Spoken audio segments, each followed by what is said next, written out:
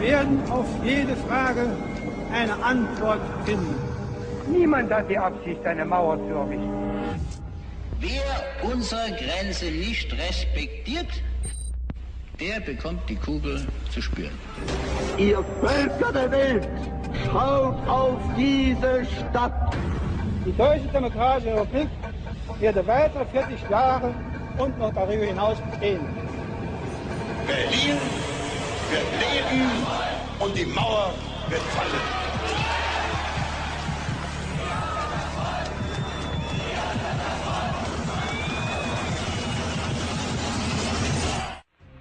Hitler has often protested that his plans for conquest do not extend across the Atlantic Ocean, but his submarines and raiders prove otherwise.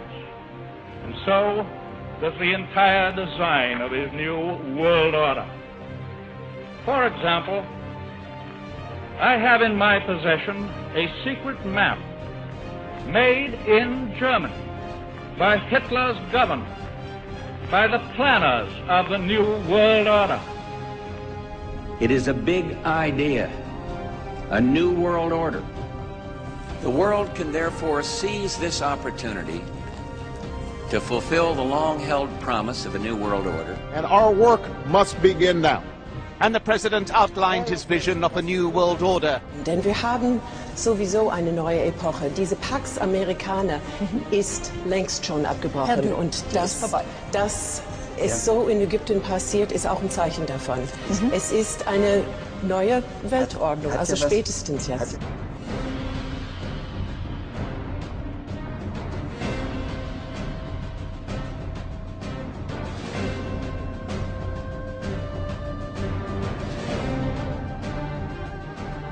I hope so.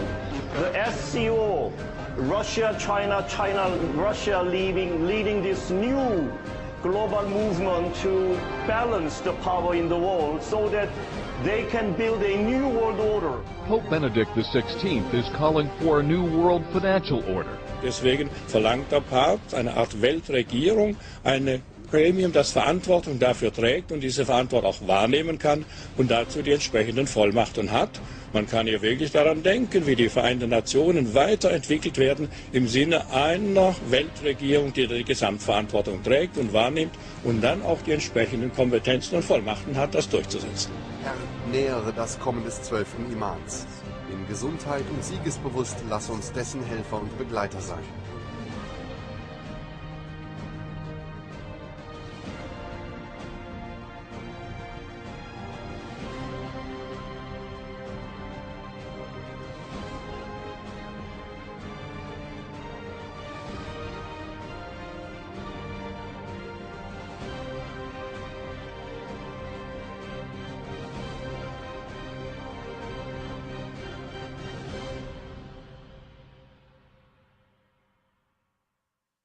Der Papst sah sich selbst nur als Wegbereiter einer messianischen Gestalt, die die Menschheit zum Weltfrieden führen werde.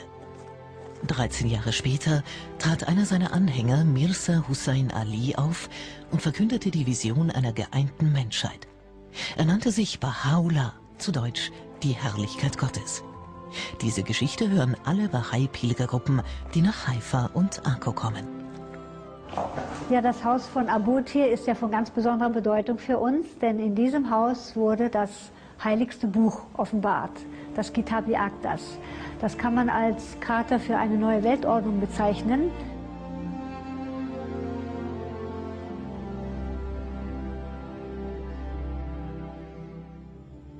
Im Grunde sind wir zum Schluss an einem Punkt gescheitert, der ganz interessant ist im Zusammenhang mit der globalen Ordnung. Und wenn man eine wirkliche Weltordnung haben will, eine globale politische Ordnung, dann wird man nicht umhin kommen, an einigen Stellen auch Souveränität, Rechte an andere abzugeben. Vielleicht sollte man ja auch darüber nachdenken, ob es nicht so ist, dass Deutschland, würde es allein in dieser neuen Weltordnung stehen, für die ganze Welt zu klein wäre. Eines ist nur klar in dieser neuen Weltordnung, liebe Genossinnen und Genossen: 27 Einzelmeinungen, die werden in wenigen Jahren im großen Weltrauschen einfach untergehen, nicht mehr wahrgenommen werden. Das langfristige Ziel ist der Aufbau einer europäischen Armee unter voller parlamentarischer Kontrolle. Das wird ein wichtiger Baustein sein bei der dringend notwendigen Gemeinsamkeit, die wir für den Bau einer neuen Weltordnung brauchen. Und wir in Deutschland sind seit dem 8. Mai 1945 zu keinem Zeitpunkt mehr voll souverän. As long as my fellow members of parliament, public opinion in Germany don't believe that our decisions are serious, because they don't believe in our decision on Greece. Als ich herkam, um mein Kind abzugeben, habe ich zu mir gesagt, oh mein Gott, was habe ich jetzt getan? Aber nach und nach weiß ich, es geht ihr sehr, sehr gut im SOS-Kinderdorf. Die bemühen sich sehr um die Kinder. Und dann habe ich zu mir gesagt, bevor wir auf der Straße landen und nichts zu essen haben, wirst du diesen Schritt tun müssen. Und wenn sie groß ist, wird sie vielleicht verstehen, warum ich sie hier abgegeben habe. Also ich weiß nicht, wie es den Zuschauern ging. Ich habe, als ich das gesehen habe, wirklich Gänsehaut bekommen. Dass das in Europa, in meinem Europa wirklich ist, dass Kinder abgegeben werden, weil sie nichts zu essen haben, in SOS Kinderdorf, das ist eine Schande. Wir geben für unglaubliche Dinge Geld aus und da können Kinder nicht mehr bei ihren Eltern wohnen. Ich bin entsetzt, wenn ich solche Bilder sehe. Das kann man sich von Afrika vorstellen, aber von Europa. Ist das unser Europa? Sind das unsere Werte, die wir vertreten? Egal was wir machen, egal was wir politisch entscheiden, das dürfen wir nicht zulassen, dass das in Europa stattfindet. Und da ist alles andere, steht da hinten an. Dieses europäische Projekt ist uns aufgezwungen worden. Nebenbei bemerkt, wenn ich von einem Imperium spreche, dann denke ich mir das nicht aus. Herr Barroso höchstpersönlich hat die EU als Imperium bezeichnet. Das ist es also, was Sie herbeizuführen versuchen. Sie erzählen uns, bei diesem Imperium handle es sich um ein Projekt für Frieden und Wohlstand. Was Sie uns nicht erzählen, ist die Tatsache, dass es bei diesem Projekt in Wirklichkeit um den persönlichen Machtgewinn einer kleinen Elite geht. Das ist die Wahrheit, die sich hinter diesem Projekt verbirgt.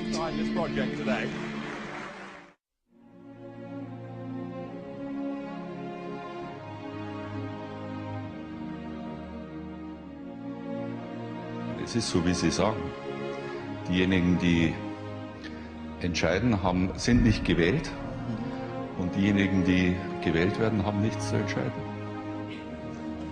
Das ist einer von diesen Backstage-Manipulierern, die in nicht öffentlichen Bündnissen und geheimen Bilderberger und sonstigen Konferenzen die ganze Weltwirtschaft manipulieren. Und überhaupt würde ich sehr gerne mal wissen, ob der ganze Terrorismus nicht vielleicht ein riesiges Geschäft ist für ein paar wenige, die sich die Taschen voll stopfen, ob der ganze Terrorismus nur dazu da ist, diesen doch eigentlich bedauernswerten, sterbebereiten Kapitalismus endlich einschlummern zu lassen. Und ich möchte so gerne wissen, warum er bei den Sparpaketen das Geld jetzt immer bei den vielen holt, die nichts haben und nicht bei den wenigen, die alles haben, dass man es denen einfach abnimmt.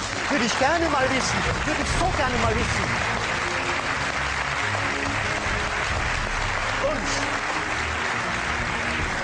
Möchte ich doch mal wissen, warum ich mir wegen der nur 3,5 Millionen Aktienbesitzer jeden Tag im Radio, jede Stunde und im Fernsehen unentwegt irgendeinen Scheißdreck vom DAX erzählen lassen muss.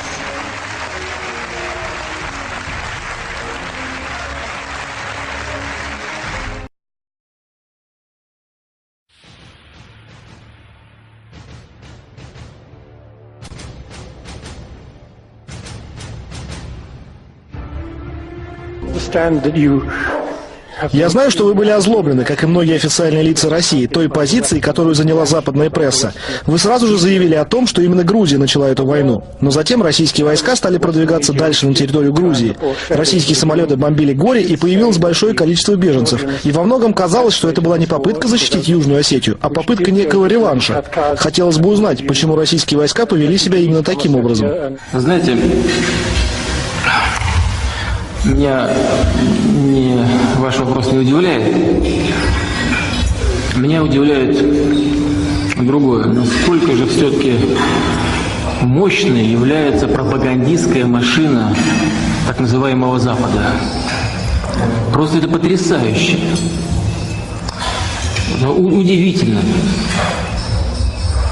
Это ни в какие ворота, как у нас говорят, не лезет. Ведь абсолютно, я не верю, что здесь, в этом зале, Есть люди, которые не знают реалий. Во всяком случае, вот в этом зале. Все прекрасно понимают и знают, как события разворачивались в действительности. Во второй половине дня это все началось, 7 числа. И только 9 в ночь, с 9 на 10 подошли наши войска к Цхинвалю. И знаете, я был в Пекине, вот смотрел мировые электронные средства массовой информации, полная тишина в эфире. Как будто вообще ничего не происходит. Как по команде просто. Я вас поздравляю, понимаете, вот тот, кто этим занимается, я поздравляю. Это замечательная работа. Но результат плохой, и он всегда будет таким, потому что эта работа нечестная и аморальная. Аморальная политика всегда в долгую проигрывает.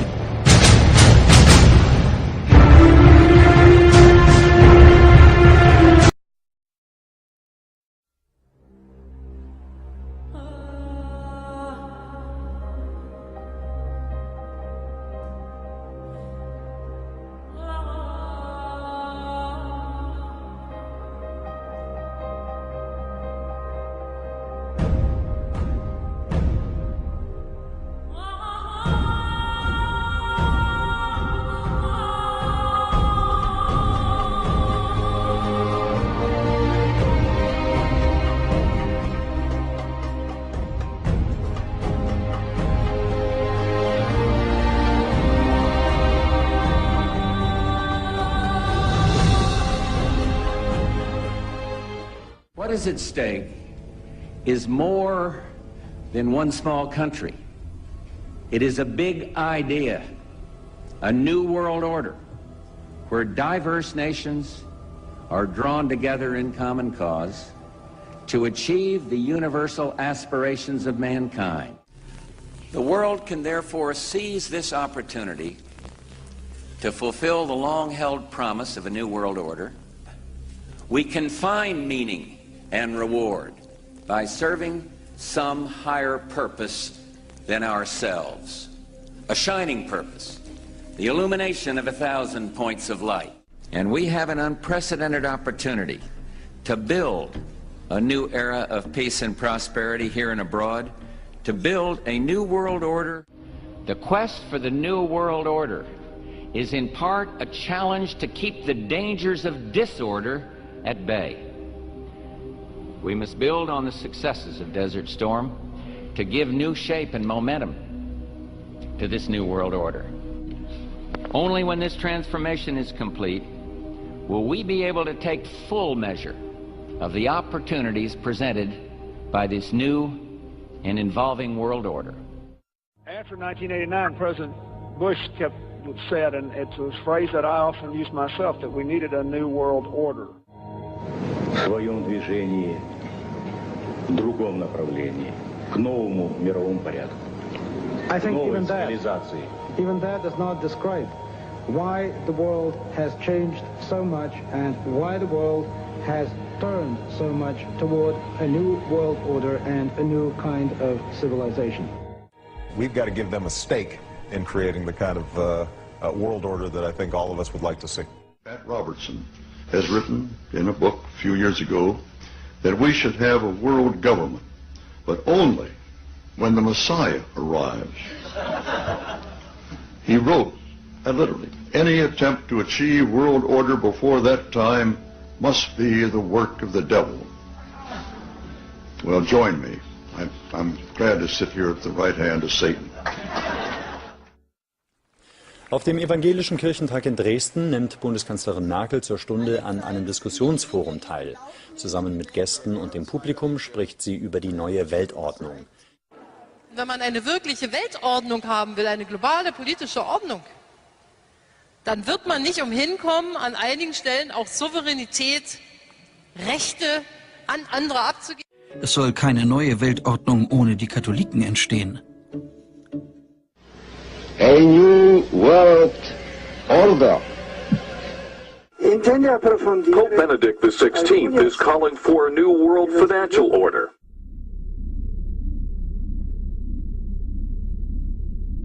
You both were members of Skull and Bones, a secret society at Yale. What does that tell us?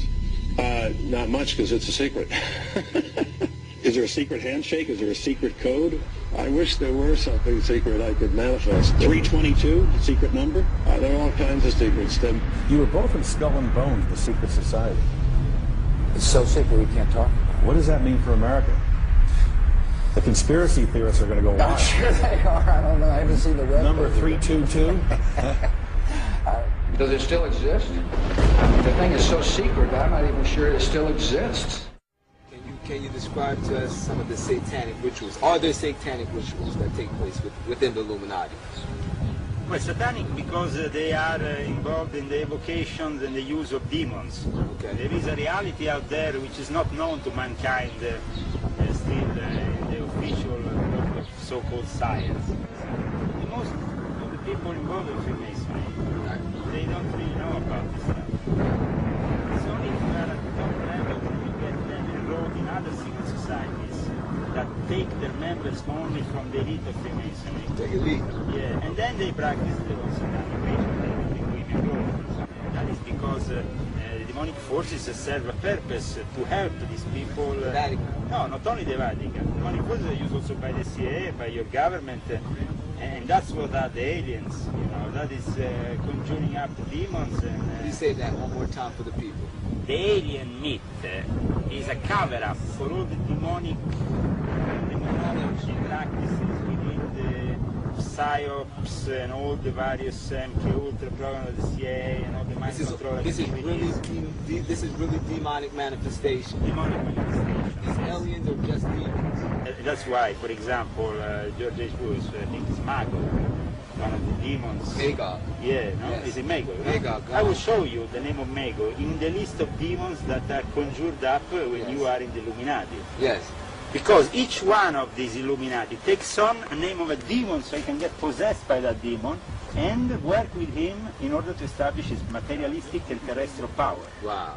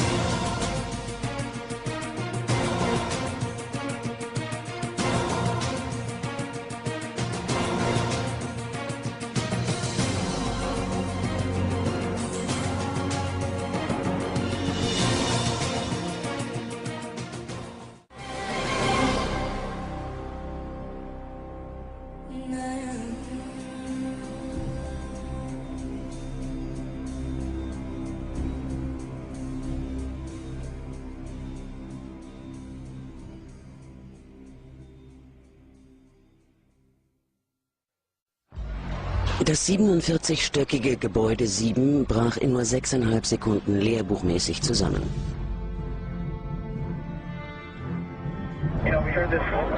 Wir hörten dieses Geräusch. Es klang wie ein Donnerschlag. Es sah aus, als würde eine Druckwelle durch das Gebäude jagen. Alle Fenster flogen raus. Ich war geschockt.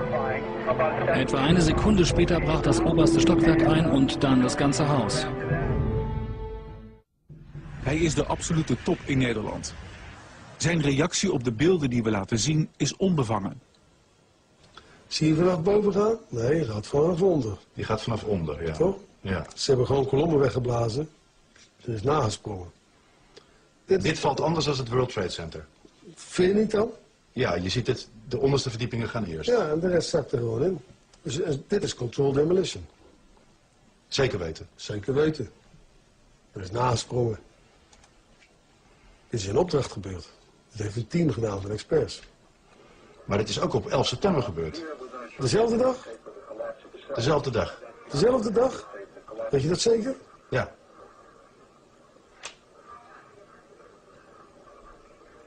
Was het zeker weten de 11e? Totaal helemaal zo.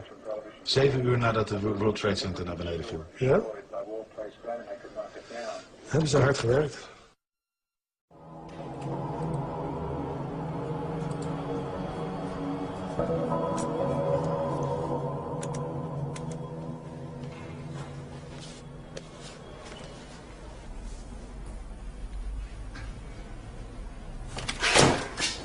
Diese scheiß Angst jeden Tag. Jede Minute. Vor jedem Klopfen an der Tür, vor jedem Anruf. Nirgendwo bist du sicher. Hier, so groß ist eine Boeing. Wie soll die da reingepasst haben, ohne irgendwelche Trümmer zu hinterlassen? Keine Wrackteile, keine Leichen, nichts, gar nichts. Nicht mal die Laternen sind kaputt gegangen. Der Rasen auch nicht.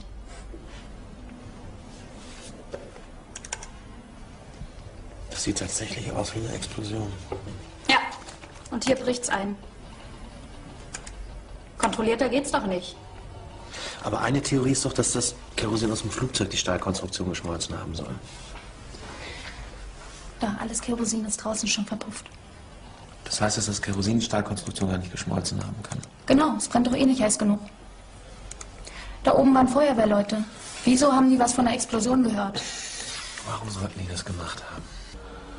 Rumsfeld, Pearl, Cheney, Wolfowitz, Jeb, der Bruder von George W., die waren alle in dieser PNEC, dieser Planungsgruppe der Militärs. Und die haben sich dann eine neue Weltordnung ausgedacht. I lost my son. My nephew. My uncle. My son. On September 11th, 2001. Most people don't know that a third tower fell on September 11th. World Trade Center 7, a 47-story skyscraper, was not hit by a plane. Although the official explanation is that fire brought down Building 7. Over 1,200 architects and engineers have looked into the evidence and believe there is more to the story. Bring justice to my son. My uncle. My nephew. My son. And thousands of others who died on September 11th. Saddam Hussein aids and protects terrorists, including members of Al-Qaeda. Secretly, and without fingerprints, he could provide one of his hidden weapons to terrorists or help them develop their own. What did Iraq have to do with what? The attack on the World Trade Center. Nothing. He said there were three main reasons for going to war in Iraq. Weapons of mass destruction. Saddam Hussein has gone to elaborate lengths, spent enormous sums, taken great risks to build and keep weapons of mass destruction.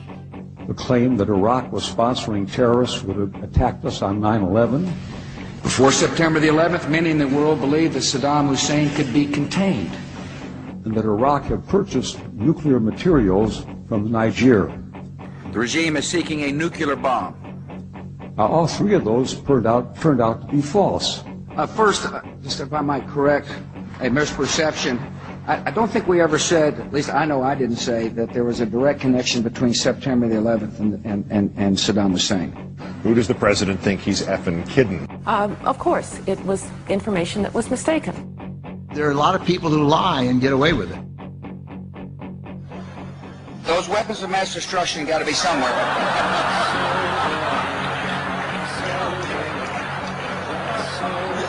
Nope, no weapons over there.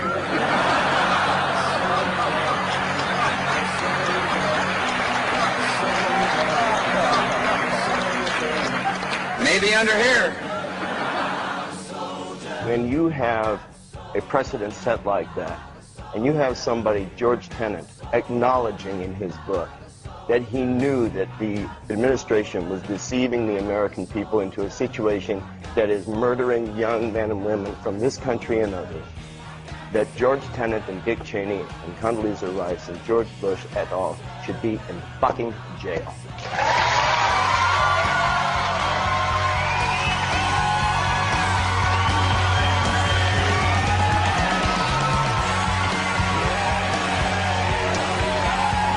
I'm tired as hell, and I'm not going to take this anymore!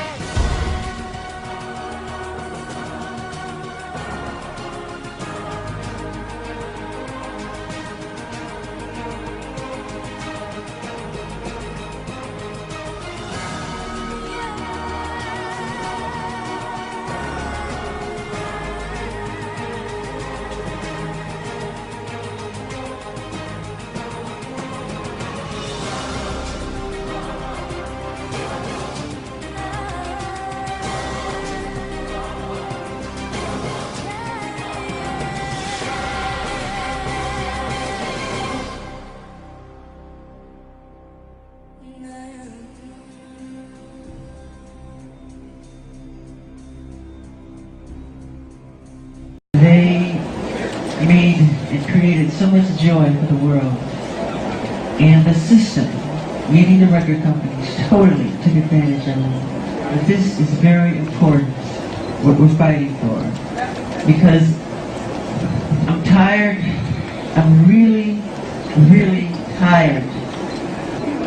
I'm tired of how the press is manipulating everything that's been happening in this situation. They do not tell the truth, they're liars.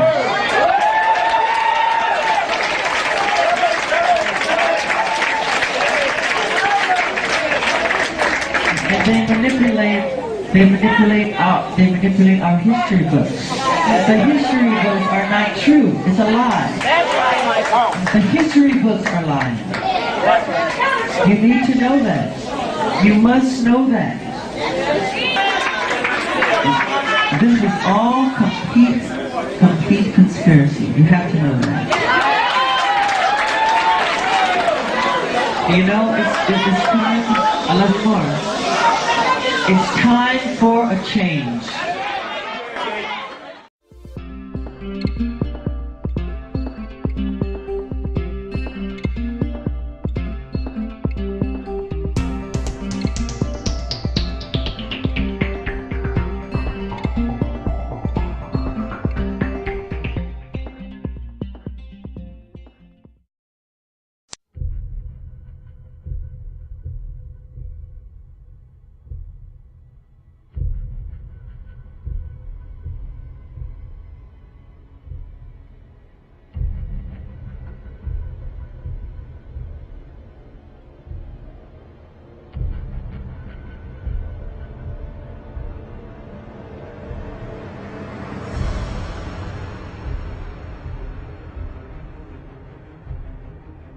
Ladies and gentlemen, the very word secrecy is repugnant in a free and open society, and we are, as a people, inherently and historically opposed to secret societies, to secret oaths, and to secret proceedings.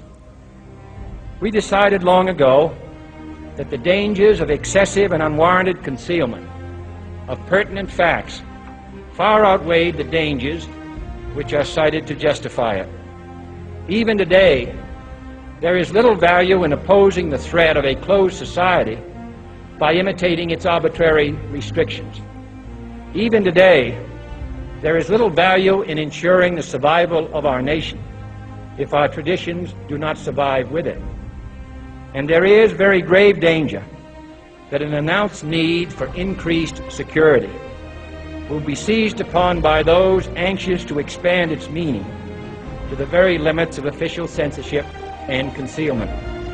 That I do not intend to permit to the extent that it's in my control. And no official of my administration, whether his rank is high or low, civilian or military, should interpret my words here tonight as an excuse to censor the news, to stifle dissent, to cover up our mistakes, or to withhold from the press and the public the facts they deserve to know.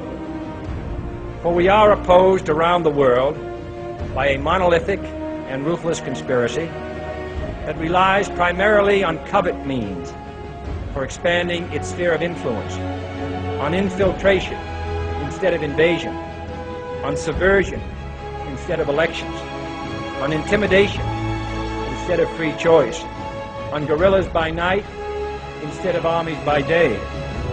It is a system which has conscripted vast human and material resources into the building of a tightly knit, highly efficient machine that combines military, diplomatic, intelligence, economic, scientific, and political operations. Its preparations are concealed, not published. Its mistakes are buried, not headlined. Its dissenters are silenced, not praised. No expenditure is questioned, no rumor is printed, no secret is revealed. No president should fear public scrutiny of his program, for from that scrutiny comes understanding, and from that understanding comes support or opposition, and both are necessary. I am not asking your newspapers to support an administration, but I am asking your help in the tremendous task of informing and alerting the American people. For I have complete confidence in the response and dedication of our citizens whenever they are fully informed. I not only could not stifle controversy among your readers, I welcome it. This administration intends to be candid about its errors. For as a wise man once said, an error doesn't become a mistake until you refuse to correct it. We intend to accept full responsibility for our errors, and we expect you to point them out when we miss them. Without debate, without criticism, no administration and no country can succeed, and no republic can survive. That is why the Athenian lawmaker Solon decreed it a crime for any citizen to shrink from controversy. And that is why our press was protected by the First Amendment, the only business in America specifically protected by the Constitution, not primarily to amuse and entertain, not to emphasize the trivial and the sentimental, not to simply give the public what it wants, but to inform, to arouse, to reflect, to state our dangers and our opportunities, to indicate our crises and our choices, to lead, mold, educate, and sometimes even anger public opinion. And so it is to the printing press, to the recorder of man's deeds, the keeper of his conscience, the courier of his news, that we look for strength and assistance, confident that with your help, man will be what he was born to be, free and independent.